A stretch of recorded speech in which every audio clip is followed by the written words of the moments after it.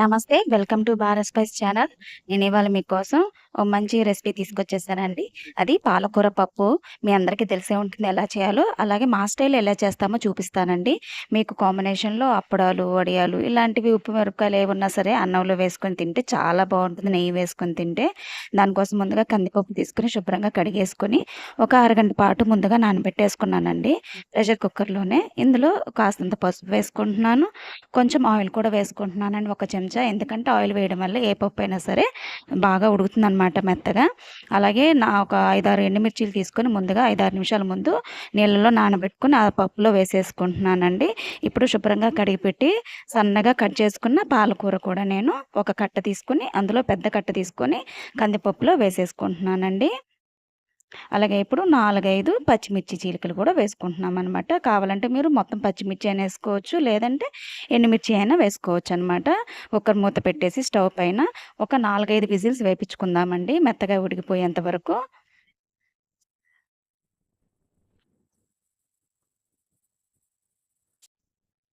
ఇప్పుడు స్టవ్ పైన కడాయి పెట్టేసుకొని తగినంత ఆయిల్ వేసుకోవాలి. మనం తాలింపనేది వేసుకుందామండి. ఆవాలు, జీలకర్ర, మినపప్పు, పచ్చెనపప్పు, ఎండుమిర్చి ఇవన్నీ వేసుకోవాలనమాట. తాలింపులో ఏమేసుకుంటావో అవన్నీ కూడా. అలాగే కరివేపాకు అన్నీ వేసుకోవాలండి. ఉల్లిపాయ ముక్కలు కూడా వేసుకుంటున్నాము. ఇవి ఫ్రై అయ్యే లోపల పక్కన కుక్కర్ పెట్టేసున్నాను కదా! ఆవిరంతా పోయిన తర్వాత నేను కుక్కర్ మూత తీసేసి మెత్తగా ముద్దకం తీసుకొని మెత్తగా చేసుకుంటున్నాననమాట. ముద్దకంతో మెత్తగా మెదుపుకోవాలి అదంతాను.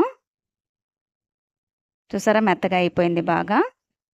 ఇక్కడ నేను దోరగా ఫ్రై చేసేసుకుంటున్నామనమాట తాలింపులోకి. ఇప్పుడు తగినంత చింతపండు పులుసనేది లాస్ట్‌లో వేసుకుంటున్నామండి. పిప్పి తీసేసి ఆ రసం అనేది వేసేసుకుంటున్నాననమాట. తగినంత సాల్ట్ కూడా వేసేసుకుంటున్నాను.